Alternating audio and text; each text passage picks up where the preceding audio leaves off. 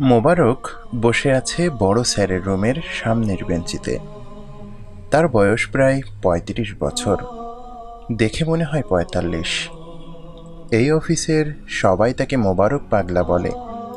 বলাটাও খুব একটা অমূলক না। সে প্রায়ই গায়েব হয়ে যায়। গায়েব মানে পুরো গায়েব, কিন্তু ফিরে এসে ৩ দিনের কাজ একদিনে করে ফেলে। কেউ কিছু জিজ্ঞেস করলে কোনার ফোকলা দাঁত বের করে বোকার মতো হাসে। ফোকলা দাঁতেরও এক ইতিহাস আছে। গেল কুরবানির পরে ৩ দিন দাঁতের ব্যথায় মোবারক প্রায় কুপোকাত। পাড়ার এক ডাক্তারের কাছে যাবার পরে ডাক্তার বলল রুট ক্যানেল করার লাগবে, কমপক্ষে ৩,০০০ টাকা। মোবারক ২০০ টাকা দিয়ে ডাক্তারের হাতে পায়ে ধরে দাঁত ফেলে বাসায় চলে আসে। ফোকলা দাঁতে মোবারকের হাসিতে একটা শিশুসুলভ ব্যাপার চলে এসেছে। তার উপরে আজ বড় স্যার অত্যধিক রেগে আছেন, তাই সে ছোট বেঞ্চিতে বসে নিজের জানা প্রায় সব দোয়া পড়ে ফেলেছে। এর মধ্যে একটি দোয়া হলো বিসমিকা আল্লাহুম্মা আমুতু ওয়াহিয়া। প্রথম দিকে সে মনে করতে পারছিল না এটা কিসের দোয়া। কয়েকশো বার পড়বার পরে ওর মনে হলো দাদাজান ছোটবেলায় ঘুমের আগে এই দোয়াটি পড়ে শোনাতেন, এটা ঘুমের দোয়া হতে পারে। এই অফিসের বস সোভান সাহেব ভুরু কুঁচকে মোবারকের দিকে তাকিয়ে আছেন। রুমে অস্বস্তিকর নিস্তব্ধতা। তার অবশ্য এইবার রাগার যথেষ্ট কারণ আছে। মোবারককে দায়িত্ব দেয়া হয়েছিল প্ল্যাকার্ড হাতে এয়ারপোর্টে দাঁড়িয়ে থাকবে, সেটাতে লেখা থাকবে অ্যান্ডারসন। এই ভদ্রলোক আমেরিকা থেকে সোভান সাহেবের অফিসের উদ্দেশ্যেই এত লম্বা পথ পাড়ি দিয়ে এই দেশে এসেছেন। কথাবার্তা ঠিকঠাক হয়ে ডিল ফাইনাল হয়ে গেলে একটি অসাধারণ ব্যাপার হবে আসলে। তো প্রায় ২ ঘন্টা এয়ারপোর্টে দাঁড়িয়ে থেকে কিভাবে যেন তিনি সোভান সাহেবের সাথে যোগাযোগ করে ফেললেন। জানালেন তাকে কেউ রিসিভ করতে আসেনি। সোভান সাহেবের মাথায় আকাশ ভেঙে পড়বার জোগাড়। মোবারকের মতো আধপাকলা লোককে কী বুদ্ধিতে এই দায়িত্ব দিয়েছিলেন, এটা নিয়ে নিজেকে গালমন্দ করতে করতে নিজেই ছুটে গিয়েছিলেন গাড়ি নিয়ে। শেষ পর্যন্ত সেই ডিল ফাইনাল হয়েছে। মোবারক: জি স্যার। এইখানে তোমাকে কেন ডাকা হয়েছে জানো তো? জি স্যার। এই ধরনের ঘটনার ব্যাখ্যা কি? মোবারক কোনো কথা না বলে হাসতে থাকে। সোভান সাহেবের দৃষ্টি সিলিংয়ে নিবদ্ধ এখন। কোনো একটি বিচিত্র কারণে মোবারকের প্রতি তিনি এক ধরনের মমতা বোধ করেন। আজ কঠিন সিদ্ধান্ত নিতে হবে, এজন্য মোবারকের দিকে তাকানো ঠিক হবে না। Rules is rules. যথেষ্ট হয়েছে। মোবারক এই অফিসের পিয়ন। একে সোভান সাহেবই এই চাকরি দিয়েছিলেন। তিনি প্রায় প্রতিদিনই রমনায় সন্ধ্যাবেলা হাঁটতে যেতেন। সোভান সাহেব প্রায়ই দেখতেন এক লোক সেখানে প্রতিদিন পকেট থেকে পাতলা একটি রুমাল বের করে সিজদার জায়গা বরাবর বিছিয়ে সালাত আদায় করত। এরপর সালাত শেষে পার্কের বেঞ্চিতে ১ প্যাকেট বাদাম নিয়ে বসত। সেই বাদাম বেশিরভাগ সময়ই তার খাওয়া হতো না। ধুলোমাখা পিঙ্গল চুলের বাচ্চাগুলো এসে হাত পাতা মাত্রই সে হাতের প্যাকেটটি দিয়ে দিত। সোভান সাহেব কৌতূহলবশতই একদিন ওর সাথে কথা বলতে গিয়ে জানতে পারলেন সমাজ কল্যাণে অনার্সের 3rd ক্লাস পেয়ে ঘরে বসে আছে। নাম মোবারক। একটি টিউশনি করে। এরপরেই এই অফিসে ধরে নিয়ে এসেছিলেন। মোবারক: জি স্যার। মাসের 11 দিনের বেতন নিয়ে অফিস থেকে বিদায় হও। তোমাকে আমাদের আর প্রয়োজন নেই। সোভান সাহেব কথা শেষ করেই ফাইলে মন দিলেন। মোবারকের দিকে তাকালেই সর্বনাশ। মোবারক ৩ মিনিট ৫৪ সেকেন্ড চুপচাপ দাঁড়িয়ে থেকে রুম থেকে বেরিয়ে গেল। অফিস থেকে বেরিয়ে গলি ছেড়ে মোড়ে এসে দাঁড়িয়েছে মোবারক। আজ ওর হাঁটতে ইচ্ছে করছে না। রোদে চারপাশ খাঁ খাঁ করছে।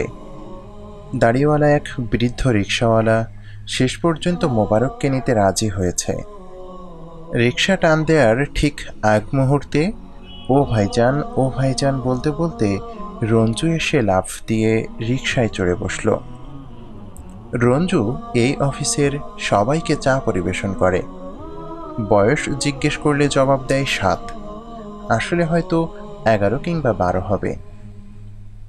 কি রঞ্জু, তুই কি চাস? আপনি না থাকলে আমিও এইখানে থাকুম না। রিক্সা থেকে নেমে অফিসে যা বললাম। আমার একখান ধাক্কা মাইরা নিচে হালাই দেন, আমি যাবো না। বৃদ্ধ রিক্সাওয়ালা ঘাড় ঘুরিয়ে পেছনে ফিরে তাকিয়ে রিক্সা টানা শুরু করলো। তোর মার অসুখ সেরেছে নাকি রে? হ ভাইজান, হেই এখন কামে যাইতে পারে, বাফেও ফিরে আইছে, সৎ মায়ে বুলে কার লগে ভাইগা গেছে গা, বেড়া এখন সুরসুর কইরা ফিরত আইছে। তোর মা তো এখন খুব খুশি রে। আর কোয়েন না ভাইজান, ভাইদাম্মা বেড়াই ফিরত আইছে আর আম্মায় মুখে আঁচল চাপে ধরা একটু পরপর ফিসফিস করে কান্দে আবার হাসে, নানান জিনিস রান্ধে, কোনো তাল নাই কাজকামের। মোবারক হাসে, রঞ্জু খুশিতে ঝলমল করছে। কি অসাধারণ দৃশ্য, চোখে পানি এসে যাবার মতো অসাধারণ। মোবারক যখন বাড়ি ফিরল তখন দুপুর 3টা 10। মোবারকের বাবা আইজউদ্দিন কাঁঠাল বাগানের গলির ভেতরে 2 রুমের এক চিলতে ঘরের আধ চিলতে বারান্দায় চৌকির ওপর বসে আছে দুপুরের ভাত খেয়ে। মোবারকের মা মারা গেছে ওর যখন 2 বছর বয়স, তখন টাইফয়েডে মারাই গেল। মাকে একটুও মনে নেই মোবারকের, মায়ের কোনো ছবিও কখনো দেখেনি। আইজউদ্দিন স্কুলের দপ্তরের চাকরিটি করতেন। স্ত্রী মারা যাবার পরে কখনো আর বিয়ে করেননি, নিজেই ছেলেকে বড় করেছেন। নিজের স্কুলেই হেডমাস্টারকে বলে মোবারকের পড়ালেখার ব্যবস্থা করেছিলেন। রান্নাবান্নাও নিজেই করেন এখনো। একজন বুয়া সপ্তাহে 2 দিন এসে কিছু কাজ করে দিয়ে যায়। কি রে মোবারক, তোর খবর কি? জি আব্বা, খবর ভালো। তোকে দেখে তো মনে হচ্ছে না খবর ভালো। কি, চাকরিটা গেছে নাকি? যা, আলু ভাজা আর পুঁটি মাছ আছে, দেশি পুঁটি, খেয়ে নে। যাক, বিয়ে শাদি করিস নাই, চিরকুমারের ব্রত নিয়েছিস, এদিক দিয়ে ভালোই হয়েছে, নইলে এখন বউ নিয়ে ভিক্ষাবৃত্তি করে খেতি। ধর, তুই কানা ফকির সাজলি, তোর বউ কাঁধে তোর হাত নিয়ে গাড়ির কাঁচে ঠক ঠক করে ভিক্ষা চাইতো, আম্মা যান, অন্ধ মানুষের দয়া কয়রা কিছু দেন গো আম্মা। মোবারক হেসে ফেলল, শিশুসুলভ হাসি। বাবা এত ভালো মানুষ কেন? মোবারক ভেবে পায় না। সে কি পারবে কোনোদিন বাবার মতো ভালো মানুষ হতে? মোবারক নারী বিদ্বেষী না, কিন্তু বিয়ে করতে পারে না। ভেতর থেকে মারাত্মক অপরাধবোধ কাজ করে। মোবারকের বয়স যখন 28, তখন কাপাসিয়া গ্রামের শিউলি নামের এক সলবলে মেয়ের সাথে ওর বিয়ে ঠিক হয়। প্রস্তাব এনেছিল মোবারকের খালু। 22শে আষাঢ় বিয়ের দিন পাকা হয়। মোবারকেরা বরযাত্রী নিয়ে বেরও হয়, কিন্তু ওর বন্ধু জাকিরের বাবা মারা যাবার খবর আসে সেই মুহূর্তেই। ঝুম বৃষ্টি, জাকিরকে এভাবে একা ফেলেও কিছুতেই যেতে পারেনি। প্রত্যন্ত গ্রাম হওয়াতে মেয়ের বাড়িতে খবর দিতেও একদিন পার। এদিকে বরযাত্রী না যাওয়াতে মেয়ের বাড়ির অবস্থা যাচ্ছে তাই। এসব খবর মোবারক পরে শুনেছিল। শিউলিদের বাড়িতে যখন সন্ধ্যা হবে হবে দশা, মানুষেরা প্রায় সব চলে গেছে, তখন ওই গ্রামেরই বুড়ো আলম ব্যাপারী এগিয়ে গিয়ে এসেছিলেন কন্যা দায়গ্রস্ত পিতাকে উদ্ধার করতে। আলম ব্যাপারীর কাঠের ব্যবসা, টাকা পয়সার অভাব নেই। সেদিন সন্ধ্যা পেরোতেই শিউলির সাথে আলম ব্যাপারীর বিয়ে হয়ে যায়। শিউলি নাকি সেই রাতেই পুরো 2 বোতল কীটনাশক একসাথে খেয়েছিল। এরপর সব শেষ। এই ঘটনার পর মোবারক প্রায় 1 মাস কারোর সাথে কথা বলেনি, মুখের দিকে তাকানো যেত না। আইজউদ্দিন সাহেব তখনও রিটায়ার্ড করেননি। ছেলের জন্য পরে ছুটি নিয়ে বাসায় ছিলেন প্রায় 15 দিন। মোবারকের মাথার কাছে চুপচাপ বসে থাকতেন আর মাথায় হাত বুলিয়ে দিতেন। ছেলের এই অবস্থা দেখে চোখের পানি গাল বেয়ে সাদা কালো দাড়িগুলো ভিজিয়ে দিত। মা মারা ছেলেটার জন্য তিনি একটু বেশি মমতা বোধ করেন। সেবার মোবারকের ওজন কমেছিল প্রায় 11 কেজি। এরপর থেকে গত 7 বছরে যতবারই মোবারকের বিয়ের প্রসঙ্গ এসেছে ও কিছুতেই আগাতে পারেনি। আগালেই শিউলির মুখটি চোখের সামনে ভেসে ওঠে। জীবনটা এমন কেন কে জানে। মৃত্যুর ওপার থেকে কিছু মানুষ মায়ার চিকন সুতা দিয়ে আপাদ মস্তক জড়িয়ে রাখে। মোবারক প্রায় আল্লাহকে বলে, আল্লাহ গো, জীবন নিয়ে আমার কোনো দুঃখবোধ নেই। জান্নাতে নাকি মানুষ যা চাই তাই পাই। আপনি আমারে শিউলিকে দিয়েন।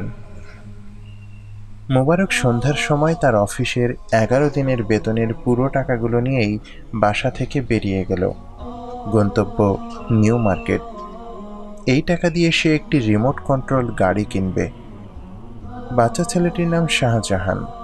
কাঁঠাল বাগানের মোবারকদের বাসার পাশের নীল রঙের তেরপল দিয়ে ঘেরা ছোট্ট তাঁবুটি ওর সাম্রাজ্য। বয়স 6.5। সারাদিন কাগজ টোকায় অথবা ফুল বিক্রি করে। ফুটপাতের মানুষজনের সাথে বেশি ঘ্যান ঘ্যান করলে 2-1টি চড়থাপ্পড়ও খায়।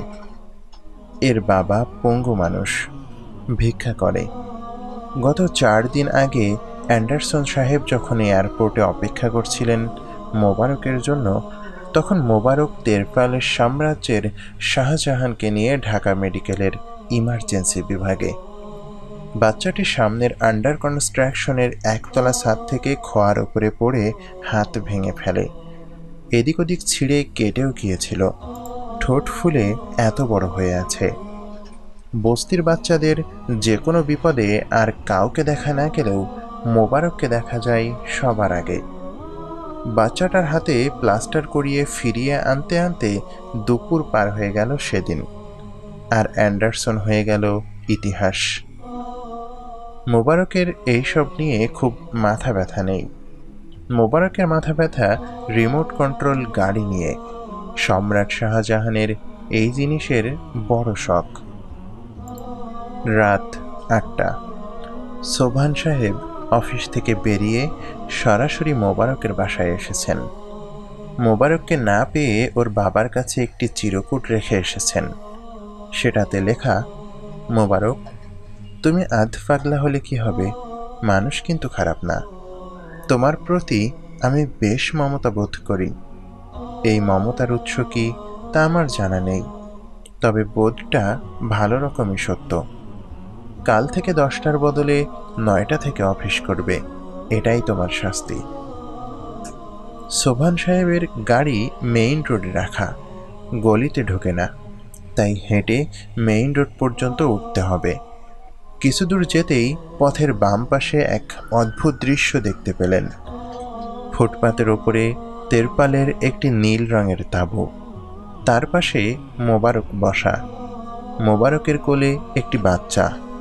বাচ্চাটির ঠোঁট বাজেভাবে ফুলে আছে আর হাতে প্লাস্টার। পাশে মাটির চুলায় এক মহিলা ইয়া লম্বা একটা ঘোমটা টেনে দাঁত দিয়ে আঁচল কামড়ে মাটির চুলায় ভাত রাঁধছে। আগুনের ধোঁয়া গিয়ে অন্ধকারে মেলাচ্ছে।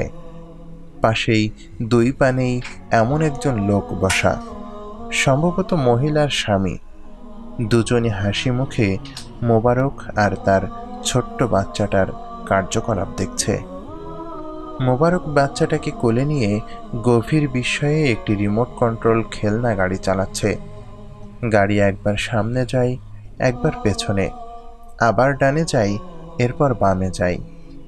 বাচ্চা আর মোবারকের মুখ ভর্তি হাসি।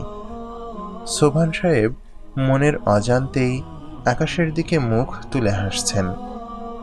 আইজউদ্দিন সাহেব ছেলের উদ্দেশ্যে তার বসের লেখা চিঠি পড়ে চোখ ভর্তি পানি নিয়ে হাসছেন। এই হাসিগুলো অপার্থিব। ভালো থাকুক এক চিলতে অপার্থিব হাসি।